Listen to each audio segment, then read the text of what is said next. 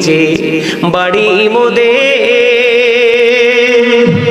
ওই মাটির নিচে মোদের ঘর।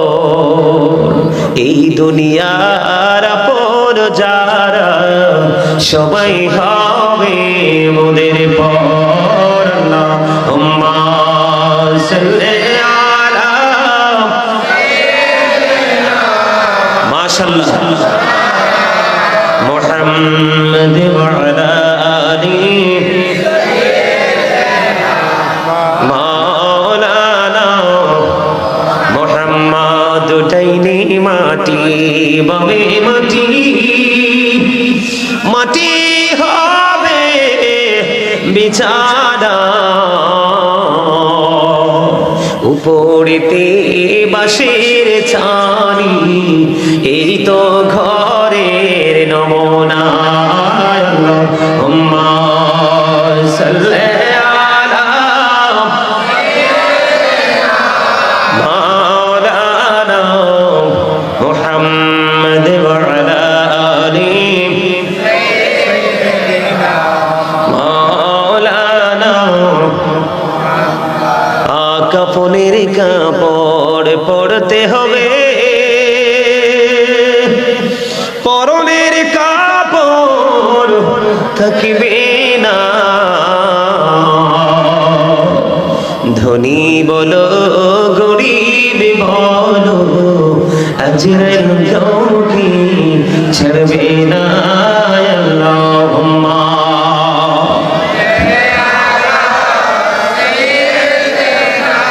মাওলানা মুহাম্মদ ওয়া আলা আলি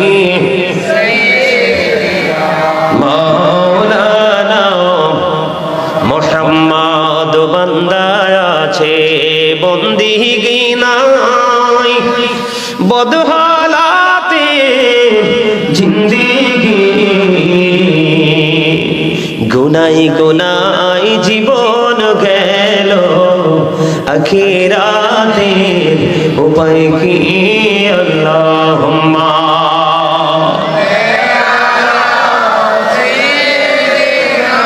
মাওলানা মুহাম্মদ ওয়া আলা আলি সাইয়্যিদিনা মাওলানা। দুরূদ পড়তে ভালো লাগে না? কার কার কাছে ভালো লাগে? দুইটা হাত তুলে দেখান তো, সোজা করে সোজা করে, আর হাঁটু ভাঙা ধয়ের মতো না, একদম স্ট্রংলি। সবার কাছে ভালো লাগে? হাত নামান, আর জোরে ভাল লাগে না? লাগে না? বন্ধুরে আমার, মাঝখান দিয়ে একটু দরুদ নিয়ে দুইটা হাদিস আপনাদেরকে শোনাই। যে ব্যক্তি জুমার দিনে রাসূলকে ভালোবাসিয়া মাত্র 80 বার বন্ধু দরুদ পড়বে, আমার আল্লাহ খুশি হইয়া। বন্ধু শুধু এখানে ক্ষান্ত নয় রে, হাদিস কানে এসেছে বন্ধু দাইলাবে শরীফের মধ্যে। হাদিসের রাবী হলেন হযরতে আনাস রাদিয়াল্লাহু তাআলা আনহু। আপনার আমার প্রাণের নবী তিনি বলে দিয়েছেন, কেউ যদি পৃথিবীর বুকে প্রতিদিন প্রাণের নবীকে ভালোবাসিয়া মাত্র 1000 বার যদি দরুদ পড়তে পারো, তাহলে জান্নাত না দেখা পর্যন্ত মরণ হবে না। তাহলে দরুদের দরকার আছে না নাই? আরো জোরে বলেন। দরুদ শরীফ পড়ে যারা আশিকে রাসূল, বলেন মিলাদ শরীফ পড়ে যারা আশিকে রাসূল। যিনি হলেন আল্লাহ তাআলার, যিনি হলেন আল্লাহ তাআলার সৃষ্টি কুলের মূল, দরুদ শরীফ পড়ে যারা আশিকে রাসূল, বলেন মিলাদ শরীফ পড়ে যারা। মিলাদে পড়ছে অবতারা, ইমানদারির দল সে কাজ করছে নিরালা। দুরুদে পড়ছে অবতারা, ইমানদারির দল সে কাজ করছে নিরালা। রহমতে পাবে ক্ষমা পাবে, রহমতে পাবে ক্ষমা পাবে বলেছে রাসূল। দুরুদ শরীফ পড়ে যারা আশিকে রাসূল, বলেন মিলাদ শরীফ পড়ে যারা আশিকে রাসূল। মারহাবা বলেন না? আর জোরে বলেন না মারহাবা। আপনার কাছে গজল পছন্দ হয় না? গজল ভালো লাগেনি? আমার নবীর জামানায় একজন সাহাবী ছিলেন যার নাম ছিল হাসান ইবনে সাবিত রাদিয়াল্লাহু তাআলা আনহু। তিনি মসজিদে নববীর মধ্যে যখন মিম্বার হয়ে গেল, আমার নবীজি ওই মসজিদের মিম্বরের দিকে দাঁড়ায়া দাঁড়াইয়া তিনি সুরে সুরে আমার নবীর নাত পরিবেশন করেছে। আর আমার নবী খুশি হয়ে বলেছেন, আল্লাহ হাসান ইবনে সাবিতকে রুহুল কুদ্দুসের মাধ্যমে তোমরা সাহায্য করো। জোরে জোরে বলুন না সুবহানাল্লাহ, আর জোরে বলুন না সুবহানাল্লাহ। আমার নবীর প্রেমে পাগল হইলে, নবীর প্রেমে পাগল হইলে আল্লাহ তাআলা খুশি। নবীর দরুদ পড়ো দিবানিশি, বলেন আমার নবীর প্রেমে পাগল হইলে, নবীর প্রেমে পাগল হইলে আল্লাহ তাআলা খুশি। নবীর দরুদ পড়ো দিবানিশি। ওই আমার নবীর প্রেমে পাগল হইলে গো, ওই আমার আল্লাহ তাআলার দিদার নিলে গো। দেখো যদি জজ বাহালে, দেখো যদি জজ বাহালে, বাজাও প্রেমের বাঁশি, হায়রে বাজাও প্রেমের বাঁশি। নবীর দরুদ পড়ো দিবানিশি। ওই আমার নবীর প্রেমে যে হয়ে মাতাল, তাহার সম্মানে রয়েছে কালো। প্রমাণ আছে হযরতে বিল্লালে, প্রমাণ আছে হযরতে বিল্লালে বান্দা প্রেমের রশি, হায়রে বান্দা প্রেমের রশি। নবীর দরুদ পড়ো দিবানিশি। ওই হযরতে ওয়াজ করুনি প্রেমিক ছিল গো, ওই আমার নবীর প্রেমে দাদ ভাঙিল গো। জুব্বায় উপহার পাইল, জামায় উপহার পাইল, হইয়া প্রেমে উদাসী। নবীর দরুদ পড়ো দিবানিশি। বলেন নবীর প্রেমে পাগল হইলে, নবীর প্রেমে আল্লাহ তাআলা খুশি। নবীর দরুদ পড়ো দিবানিশি। বলেন পড়ো দরুদ নবী মুস্তাফায় রে, সময় যায় পড়ো দরুদ নবী মুস্তাফায়। ওই আমার আল্লাহ যখন ছিলেন একা, নাহি ছিল কোন সখায়, আপন নূর হইতে খোদা হাবিবে নূর করলেন জোদা। জোশ মারিল এশকেরি দরিয়ায় রে, সময় যায় পড়ো দরুদ নবী মুস্তাফায়। মারহাবা, ভাল লাগে না? আরে রাত্র যত গভীর হয় প্রেম তত মজার হয়, ঠিক কি না? পৃথিবীর ইতিহাস খুঁজে দেখেন, এই পৃথিবীর বুকে যত সাধকদের জীবনী খুঁজে দেখেন আপনি, রাত যত গভীর হয়েছে তারা তত মালিকের সাথে প্রেমের ডুরি লাগাইছে। মানুষের মাঝে কিন্তু প্রেম জটিল হয় না, নির্জনে প্রেম বেড়ে যায় এবং নির্জনে প্রেমই অত্যন্ত মধুময় হয়, ঠিক না? ঠিক। আরে যারা বলেন, এই জন্য আমি দুরুদের সাথে যে যুক্ত, আমার আরেকটা গজল খুব পছন্দ মনে হয়েছে, কইতাম একটু, এরপরে আবার ওয়াজটায় ফিরে যাবো, শুনবেন? আপনাদের চাইতে কিন্তু টেনশন আমার বেশি। আগামীকালকে দিনে প্রোগ্রাম দুইটা। কয়টা? এক তো জুমার দিন, রাতের প্রোগ্রাম ওই হবিগঞ্জ সিলেটে। এই জন্য আপনাদেরকে একটু বলে রাখলাম, আর কি এটা আমার ক্রেডিট দেখানোর জন্য বলছি না, বলছি এই জন্য যে আপনারা যতটা তাড়া করতেছেন তার চেয়ে তারা বেশি আমার প্রয়োজন, কিন্তু আমি তাড়া করছি না। তার কারণ এই সময়টা আমাকে ওপারে পাও, আমি এই সময়টা এখানে যেটা দিচ্ছি এটা আমি ওপারে দিব, কারণ মালিক কারোর উপর জুলুম করে না, যে যেটা পাও না তাকে সেটাই বুঝি। সুবহানাল্লাহ বলেন না কেন? আপনার আমার জীবনের হিসাব কি দিতে হবে না? সময়ের হিসাব কি দিতে হবে না? যৌবনকালের হিসাব কি দিতে হবে না? আরে ভাই শুনে রাখো, ইন্নাবাতু রাব্বিকাল শাদীদ, আল্লাহর পাকড়াও বড় শক্ত, বড় কঠিন। The sieging of Allah is difficult. Allah is quick to take account. ধরবে খুব শক্তভাবে, হিসাব নিবে। এই জন্য আগে রাসূলের সাথে প্রেম লাগাও, আল্লাহ অটো হয়ে যাবে তোমার। রাসূল ছাড়া আল্লাহ পাওয়ার কোনো সম্ভাবনা আছে? আমার গজলটাকে একটু গাইবেন আপনারা? আরো জোরে গাইবেন? হ্যাঁ, গোলাপ নীলাম গাঁদা নীলাম, নীলাম রজনীগন্ধা, মনের সুখে মালা গাঁথিব সকাল থেকে সন্ধ্যা, মনের সুখে মালা গাঁথিব সকাল থেকে সন্ধ্যা। একবার দেখা দাও যদি ও গো কামলিওয়ালা, একবার দেখা দাও যদি স্বপ্নে রাত্রি বেলা, হাসি মুখে পড়াবো তোমায় হাজার ফুলের মালা। বলো ইয়া রাসূলুল্লাহ ইয়া হাবিবাল্লাহ, বলো ইয়া রাসূলুল্লাহ ইয়া হাবিবাল্লাহ। গোলাপ নীলাম গাঁদা নীলাম নীলাম রজনীগন্ধা, মনের সুখে মালা গাঁথিব সকাল থেকে সন্ধ্যা।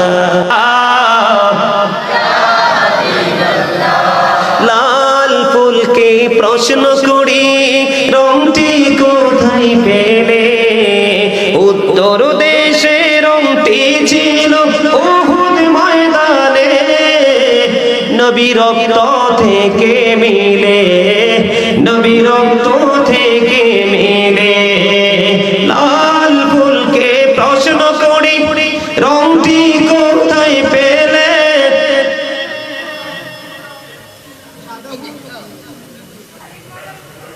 আর গাইতে পারবেন না? আলহামদুলিল্লাহ বলেন, আরো জোরে আরেকটা গাইবো, আরেকটা একটুখানি আপনারা দেখছি জিমাইতেছে, এই জন্য আর একটু চাঙ্গা করতে হবে। মানুষ ঘুম আসলে চা খায় না? আরো জোরে বলেন।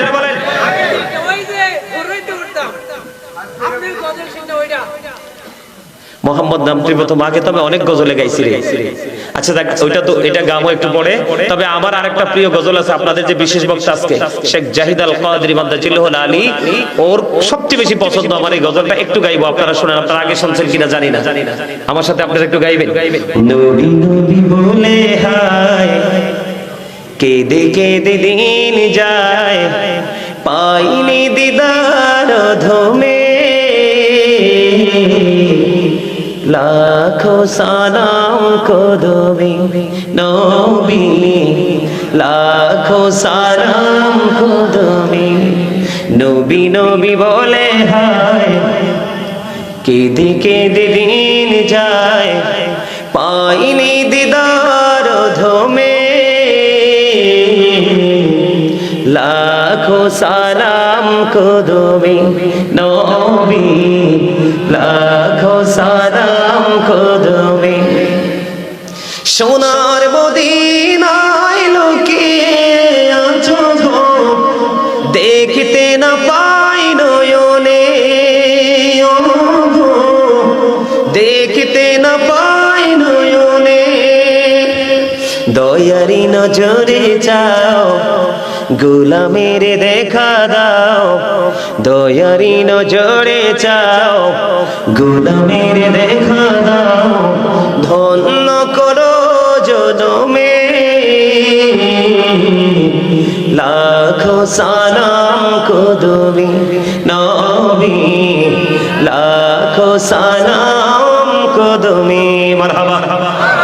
আরেকটা গজল, ইব্রাহিম যে গজলটার কথা বলছে, আমি তো আপনারা জানেন কিনা জানি না, আপনারা শুনছেন কিনা জানি না। আমার আসলে একটা জীবন শুধু গজল বেশি বেশি গাইতাম, সন্ধ্যা রাতে ভোর রাতে যেখানে যাইতাম গজল আমার হৃদয়ের খোরাক ছিল, বেশি বেশি গাইতাম নবীজির শানে। মুহাম্মদ নামটি প্রথম কে বা ডাকিলে, কার নামের ওই মোহনবাসী জগৎ ভোলালে, বলেন মুহাম্মদ নামটি প্রথম কে বা ডাকিলে,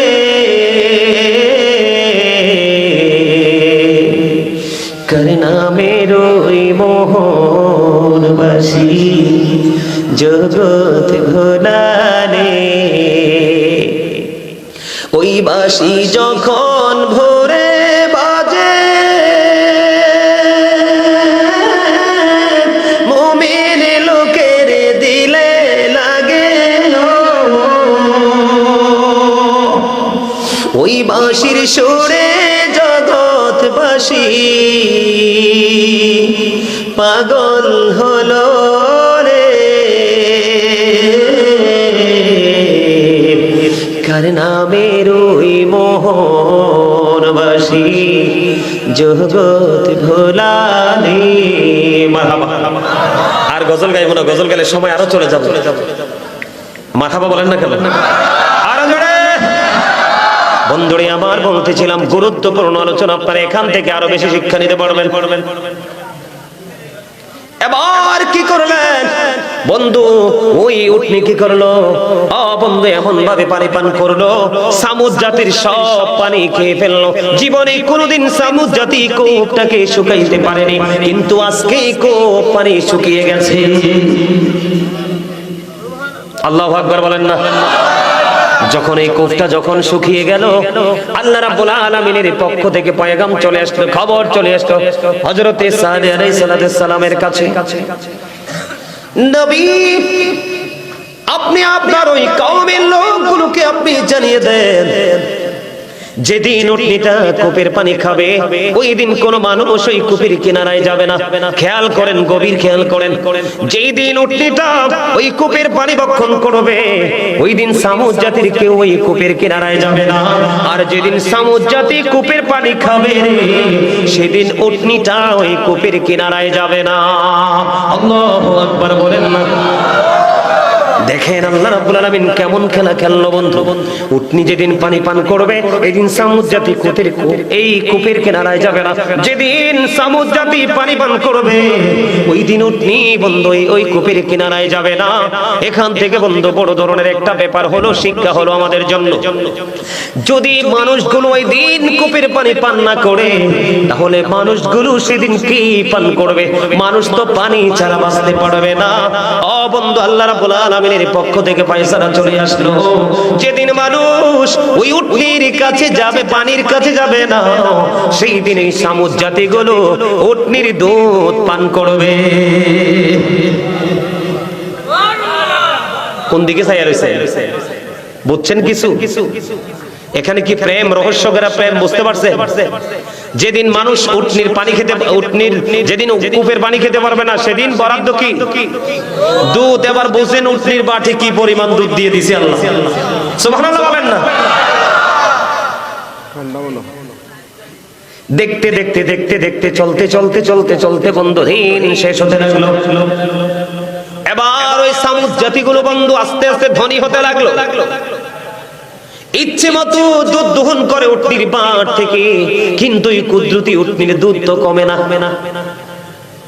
আমরা দেশে দুধ দিয়ে অনেক ধরনের খাবার বানাই কিনা, মিষ্টি, রসমালাই, কত ধরনের ঘি, মাখন টাখন কত কিছু বানাই কিনা। বন্ধু সামুদ জাতীয় উটনির দুধ দহন করতেছে। বন্ধু তাদের নিত্যদিনের চাহিদা পূরণ করতেছে। দুধ দিয়ে পুষ্টিকর খাবার বানিয়ে বানিয়ে বন্ধু তারা ধনী হতে লাগলো। এমনি ভাবে চলতে লাগলো। একদিন উটনি খাই কূপের পানি, একদিন সামুদ জাতি খাই কূপের পানি। এমনি করে করে চলতে চলতে চলতে চলতে আল্লাহ রাব্বুল আলামিন ওই হযরত সালেহ আলাইহিস সালামের কাছে খবর পাঠিয়ে দিলেন, ওগো নবী আপনি জানিয়ে দেন ওই সামুদ জাতির মধ্যে এই মাসের মধ্যে 10টা সন্তান গর্ভ, 10টা মহিলা 10টা সন্তান প্রসব করবে। এর মধ্যে একটা সন্তানের কারণে গোটা সামুদ জাতি ধ্বংস হয়ে যাবে। জোরে জোরে বলেন নাউজুবিল্লাহ। আমি অত্যন্ত সিরিয়াসলি বলছি বন্ধু, এটা রং তামাশার জায়গা না, উদাসীনতার জায়গা না, এটা হলো শিক্ষার জায়গা। এটা কিন্তু একটা ক্লাস। পৃথিবীর শিক্ষা প্রতিষ্ঠানগুলোকে একরকম ভাবে বন্ধু টিচিং দেওয়া হয়, আর এই বাগানগুলো বছরে একবার সাজানো হয়। এটা আমাদের জীবনে শীতকালীন মৌসুমে একটা স্পেসিফিক একটা সংস্কৃতির অংশ, ঠিক কিনা বলে? এবার আল্লাহর নবীর কাছে খবর চলে আসলো, এই মাসের মধ্যে 10 জন মহিলা 10টা পুত্র সন্তান জন্ম দিবে, কিন্তু এর মধ্যে একটা সন্তান তার উসিলায় সামুদ জাতিটা ধ্বংস হয়ে যাবে। আল্লাহর হুকুম যেমন তেমন বন্ধু এই মাসের মধ্যে 10টা মহিলা 10টা পুত্র সন্তান জন্ম দিল। 10টা মহিলা জন্ম দেওয়ার পরে আল্লাহর হাবিব, আল্লাহর নবী ওই যে কথাগুলো বলেছেন বন্ধু, তিনি কি করলেন? সমস্ত সামুদ জাতির কাছে বন্ধু খবরটা তিনি পৌঁছে দিয়েছেন। এই মাসের মধ্যে 10টা সন্তান প্রসব করবে, এর মধ্যে একটা সন্তানের কারণে তোমরা গোটা জাতি ধ্বংস হয়ে যাবে, বিপদে পড়বে, পৃথিবী থেকে তোমরা নিশ্চিহ্ন হয়ে যাবে। এই কথা বলার পরে বন্ধু, মানুষ তৎকালীন সময়ে নারীরা, ম্যাক্সিমাম নারীরা বিশ্বাস করছে। এর মধ্যে 9 জনই বিশ্বাস করেছে। আল্লাহর নবীকে কেন বিশ্বাস করেছে জানেননি? আমি কিন্তু একটা জায়গা শুরুতে রেখে এসেছি বন্ধু, এটা কিন্তু কোরআন থেকে আমি আপনাদেরকে শোনাচ্ছি। যখন আল্লাহর নবীকে সামুদ জাতি বলেছিলেন, আপনি যদি নবী হয়ে থাকেন তাহলে আপনি পাহাড়ের ওই পাথরের পাহাড় থেকে উটনি বের করে দেখান। তিনি কিন্তু দেখাতে পারলেন। বাচ্চা প্রসব করতে হবে, সেটাও করলো। বাচ্চা প্রসব করার সাথে সাথে বাচ্চাটা হাঁটতে হবে, বিচরণ করতে হবে, সেটাও করলো। এটা করার কারণে তৎকালীন সময়ে সামুদ জাতির সর্দারের নাম ছিল বন্ধু জিন্দা। ওনার এই মর্যাদা দেখে সঙ্গে সঙ্গে জিন্দা নামক লিডার, তিনি 5 থেকে 6 হাজার মানুষ নিয়ে তৎকালীন সময়ে তিনি ওই সালেহ আলাইহিস সালামের প্রতি ঈমান আনলেন, বিশ্বাস করলেন। বাকি তারা বিশ্বাস করলেন না, ওনাকে জাদুকর বলে আখ্যায়িত করলেন। ঠিক তেমনি ভাবে যখন এই আল্লাহর নবী বলল 10টা সন্তান তোমরা জন্ম দিবা, এর মধ্যে যেই কোন একটার কারণে তোমরা ধ্বংস হয়ে যাবা, এই কথা বলার পরে ওই জিন্দার মতো 9 জনই বিশ্বাস করে প্রসবের পরে সঙ্গে সঙ্গে তাদের 9টা সন্তান হত্যা করে ফেলেছে। আর একটা মহিলা বলল, না না, সেই আল্লাহর নবী হতে পারে অন্যদের কাছে, আমার কাছে না, সে জাদুকর। আমি সন্তান কষ্ট করে প্রসব করেছি, আমি আমার এই সন্তানকে হত্যা করব না, কারণ দেখতে অত্যন্ত সুন্দর ফুটফুটে, কিন্তু এটাই হলো সামুদ জাতির জন্য কাল।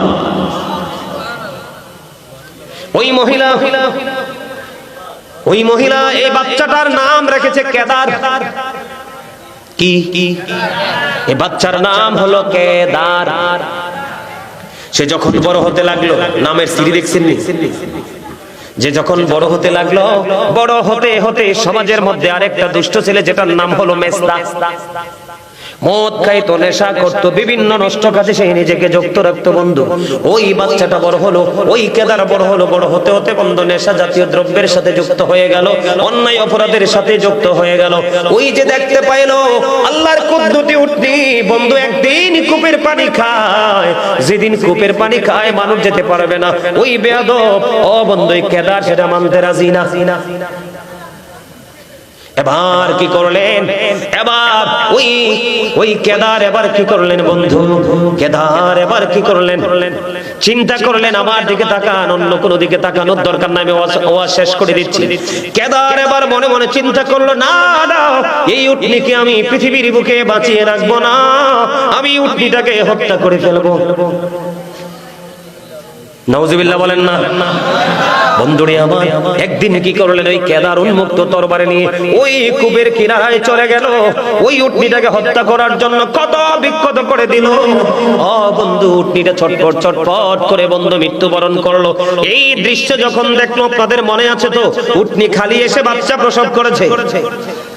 বাচ্চাটা যখন মায়ের এই নির্মম পরিণতি দেখতে পাইল, মায়ের উপর এই নিষ্ঠুর আচরণ দেখতে পাইল, শুনতে পাইল, আল্লাহর নবীর কাছে বন্ধু খবর চলে গেল। উনি ফিরে আসতে আসতে, জাগায় আসতে আসতে ততক্ষণে ওই উটনিটাকে, ওই কেদার নামক ছেলেটা উটনিটাকে হত্যা করে ফেললো। মায়ের এই নির্মম পরিণতি দেখে সঙ্গে সঙ্গে বাচ্চাটা চলে গেল। যেখান থেকে মায়ের আত্মপ্রকাশ ঘটেছিল, বাচ্চাটাও সেখানে চলে গেল। ওখানে গিয়ে বন্ধু ওই পাথরের পাহাড়ের মধ্যে সে অদৃশ্য হয়ে যায়। জোরে জোরে বলেন আল্লাহু আকবার। বন্ধু, মাকে হত্যা করা হলো কূপের কিনারায়, বাচ্চাটা ওখানে গিয়ে বন্ধু তিনি অদৃশ্য হয়ে গেল। এবার আল্লাহর নবী হযরতে সালেহ আলাইহিস সালাম তিনি একটা ডাক দিয়ে বললেন, রে সামুদ জাতি, তোমরা তোমাদের নিজের পায়ে তোমরা কুড়াল মেরেছো, উটনি তোমাদের কোনো ক্ষতি করেনি, বরং উটনি তোমাদের জন্য আশীর্বাদ হয়ে এসেছে, উটনি তোমাদের জন্য নিয়ামত হয়ে এসেছে। উটনির বাটে এত বেশি দুধ, তোমরা গোটা জাতি, সামুদ জাতি, তোমরা গোটা জাতি কূপের কাছে যাইতে হয় না, কূপ থেকে পানি আনতে হয় না, তোমাদের ইচ্ছে মতো তোমরা উটনির বাট থেকে দুধ পান করে তোমরা চাহিদা মিটাইতে পারো, এবং তোমরা অর্থনৈতিক ভাবে অনেক বেশি শক্তিশালী হয়ে গেছো। এই জন্য জন্য তোমরা এত বেশি প্রভাবশালী হওয়ার পরে, এত স্বাধীনতার পরে তোমরা এর সাথে তোমরা কি করলে না, ভালো আচরণ করলে না।